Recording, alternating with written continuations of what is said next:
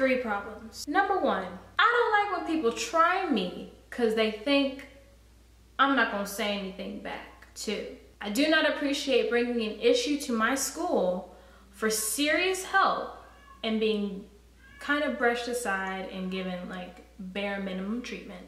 3, do not appreciate people having my name in their mouth for no good reason.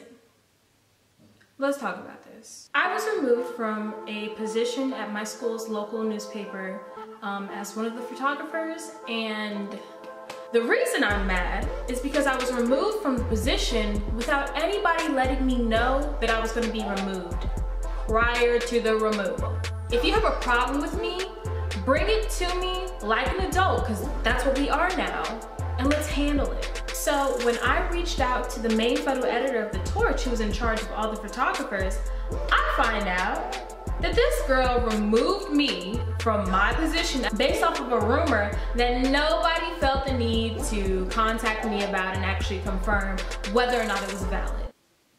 I'm sorry, are we in middle school anymore? That we just act based off of gossip? I thought we were in college. Obviously, I was mistaken, but it's okay. You learn your lesson and you figure out who you need to talk to and who you don't need to talk to. So let's talk about the 2 main lies thrown around this entire story. Lie number 1, multiple people came to Gina and told her that I was going around the school saying that I had her position as main photo editor, which if you went to St. John's, you would know that doesn't make sense, because why would a freshman be the main photo editor for the local newspaper? Lie number 2, you can tell picture quality and what device it was taken on just by looking at the picture. Okay sis, this girl actually told me that because she was a professional photographer, she could look at a picture and tell exactly what camera I used when taking the picture. And because I lied about using, you know, my iPhone on all the pictures that I had sent her from my very first mission, that was another reason why I was a red flag to her team, and that wasn't the kind of energy that she needed. Let me tell y'all something. I don't have a reason to lie about anything that I do with cameras because I respect the craft incredibly too much to ever front about what I do. So I know I'm not the greatest, I know I'm not the best, but I know my way around a camera.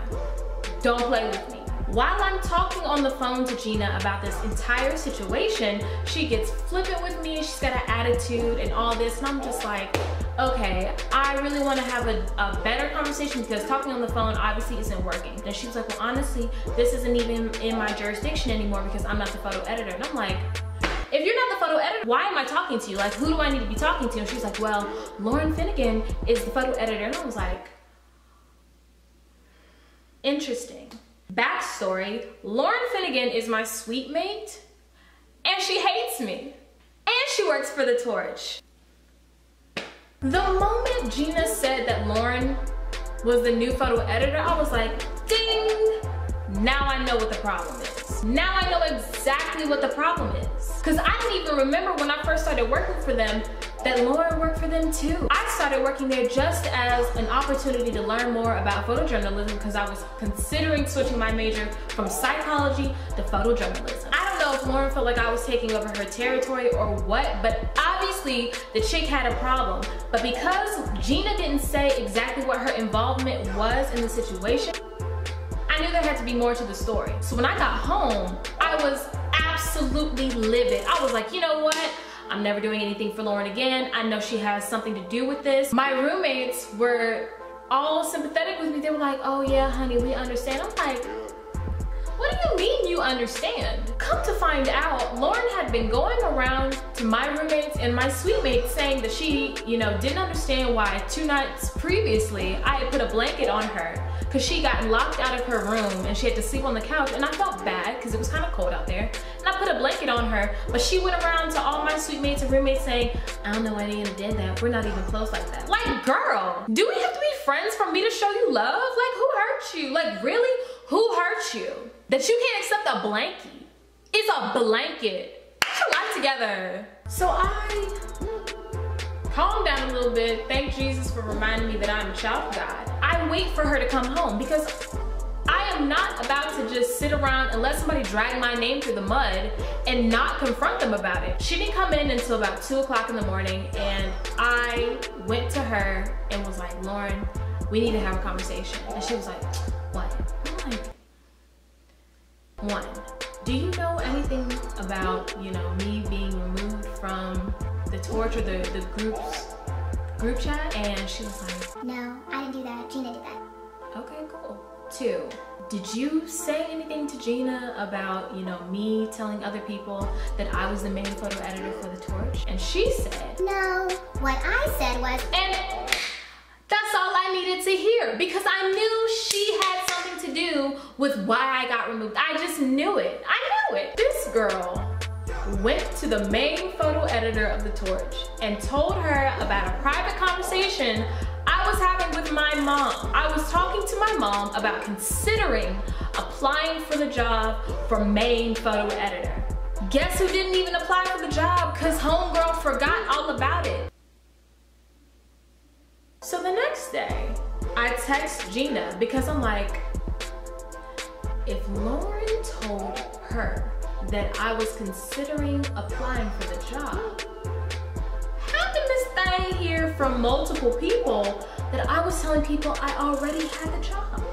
Something don't sound right. So I text Gina the next morning and I said, hey Gina, when we have our conversation next week, I would need the people who came to you about me to be present because I would like to address them personally. And do you know this woman actually had the nerve to say that it was none of my business and that I had no right to ask for that? I'm sorry. If they talk about me, I have every right to confront them. I don't know who you think you are, but you done lost all your mind. So when I read that, I said, I don't think so. If anybody talks about me, that is my business. And if you don't allow me to talk to these people, I'm going to get the school involved. And if the school doesn't help, I will get my family involved. And that is the last thing that you want. Like, really? You don't want my mother involved in any of this. And you definitely don't want my grandfather involved in this. Don't try my family, don't try me. So then she goes, you're not gonna threaten me and my people. Oh, trust me. It's not a threat, sweetheart. It's a promise. I will follow through. So because she was not willing to allow me to talk to the other students who came to her, I took it to the school. I printed out every bit of evidence that would lead back, you know, a paper trail to make sure that whatever I said was backed up by proof. I explained the situation and I said, hey, we're supposed to have a meeting discussing this whole situation in about, you know, 3 or 4 days, and I don't feel like it's going to go well unless an adult is present. I will say that St. John's was very, you know, helpful in the fact that they took the time to listen to me, but the most help that I got back was a referral to a counselor who would set up a mediation between me and my suite mate. She cost me a position and dragged my name through the mud. That's defamation of character. And the Torch works with everyone. So they're going around thinking that I am, you know, bad-mouthing or lying about the kind of position I have. They could tell that to other people and make other people not want to work with me, and that's not cool. I don't care how much I don't like somebody. I'm not gonna mess up something that could potentially create a better career for their life, because I don't care that much about you. Like, if I don't like you, I'm just not gonna rock with you. I'm not gonna talk to you, I'm not gonna look at you, I'm not gonna pay attention to you. So do that for me, please and thank you. The president of the Torch reached out to me and, you know, said that she had heard what was going on and that she just wanted to get my side of the story because she had already talked to Gina and Lauren. When I explained everything to her, like my side, she was completely blown away. Like, she had no idea how any of that could have happened, and she even said that none of it made sense. I also recorded Lauren saying what she told Gina verbatim, so when I played it for the president of the Torch, she was like, yeah, that doesn't match anything that Gina said to me. Girl, I already know. So when we get to the meeting, I prayed before I went in because I was already feeling like really upset, really anxious and frustrated, and I was like, if I go in here like how I'm making this video, if I had gone in there with that kind of energy, I know they wouldn't have taken me seriously. They ended up not taking me seriously regardless. And I don't like making everything about race, but it was 3 white girls and 1 black girl in a room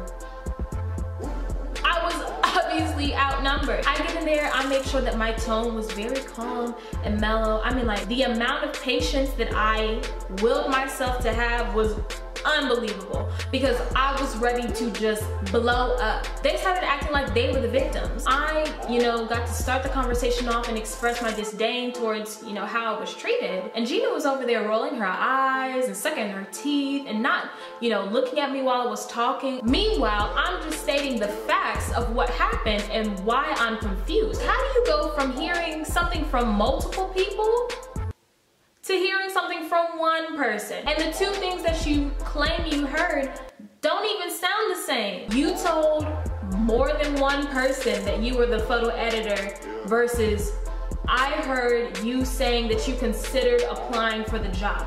Those two things aren't the same. And when I called her out on it, she said, I don't know what you want me to say. It was just a misunderstanding. You don't misunderstand something like that. Do you think I'm dumb? Do you really think I'm stupid? I was sitting there just blown away by her lack of humility about the entire situation. I'm like, girl, you did this to me. What did I do?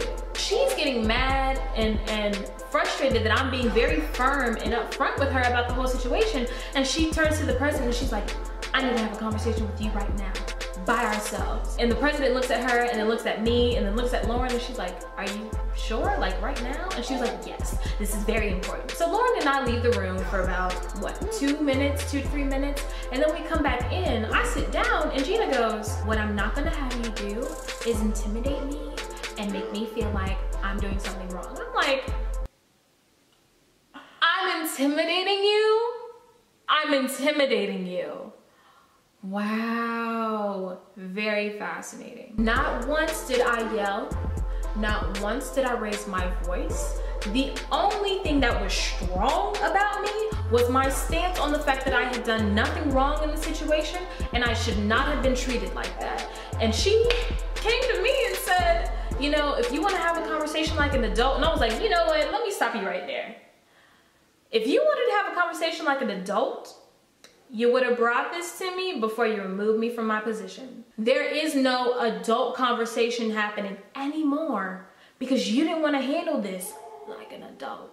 The president is seeing that, nerves are rising, tension is rising, and she tries to calm the situation by saying, well, Deanna, I'm so sorry for how this all went down. It definitely could have been handled better. She apologized and she said, I'm sure that Gina feels sorry about all of this. And I turned to her and I said, I would like to hear Gina say that she feels sorry about this. And Gina just looks at me wide-eyed and then she says, I don't know what more you want from me, Deanna. Do you want me to kiss the ground that you walk in? And when I tell you guys that I completely lost it, like all of the calmness that I had in my body, gone. Like, boop, out the window. What do I want you to do, Gina? I want you to apologize for lying to my face. I want you to apologize for belittling me and talking down to me like I'm some little 4-year-old who doesn't know how to handle a toy gun. Like, I need you to apologize for the fact that you're covering Lauren's butt right now, and I see it. I see it clearly and I see it plainly. Never have I ever done something as cruel and rude as mess with somebody's career, because that's exactly what she was doing. I don't think you guys understand how much I love photography and anything to do with cameras. Like, I take it so seriously. So don't ever play with something like that with me. I try my hardest to go out of my way for people that I don't like, because I'm a Christian and that's what I'm supposed to do. I'm supposed to be nice and I'm supposed to look out for others even when they don't do me right. So for someone to do some mess like that to me when never have I done something like that to them, blowing my mind. Just blowing my mind. And then to act like she was the person who was hurt? Are you kidding? You've lost your mind. I had to completely excuse myself. I was like, you know what? Lauren, I would love an apology from you for lying to me and talking about something that you had no business talking about. But it's okay, because I want nothing to do with any of y'all ever again. They tried to offer me back my position and I was like, no. Because nothing is going to happen to Lauren. I got removed from a position based off of gossip, and nobody wanted to come talk to me about this. But now that we know that something wasn't right, and it's obvious that those two were covering for each other, but nothing's happening to Lauren, and she's still the main photo editor, why would I want to work there? Who's to say it's not going to happen again? Where's my protection? And that right there is exactly why I wanted somebody who was higher in power at the school to be involved in the process, because I knew that was what was going to happen. My roommates even warned me, because there have been instances at St. John's where minority students have been treated drastically different from white kids. And I hate to say it, but I should have known better. In a situation like that, I wasn't going to get treated the way that I should have. So for any students coming to St. John's, be wary of the torch if you look like me. Be wary of St. John's not having your back 100% when you bring to them a very serious issue that's important to you, but may not be important to them. And make sure that your character is solid enough that you can back up what you've done. Have all the evidence in the world. Keep screenshots, okay? Any emails that you send when it has to do with something professional like a job, save it, okay? Have a paper trail. I had one and it still didn't work for me, but maybe it'll work for you. So Lauren and Gina, no, I'm not afraid to say your name on camera. I meant it when I said that I hope you guys have the best career. You know, I meant it when I said that I wish y'all nothing but the best in life. But y'all are foul. Y'all are really foul. Have a blessed day. I say we were friends before becoming roommates. Tyler, I had to kind of grow into her as she had to grow. Because Brianna never talked in the group chat. So like we never got to build, like we never got to build like a rapport with each other. I'm antisocial, but like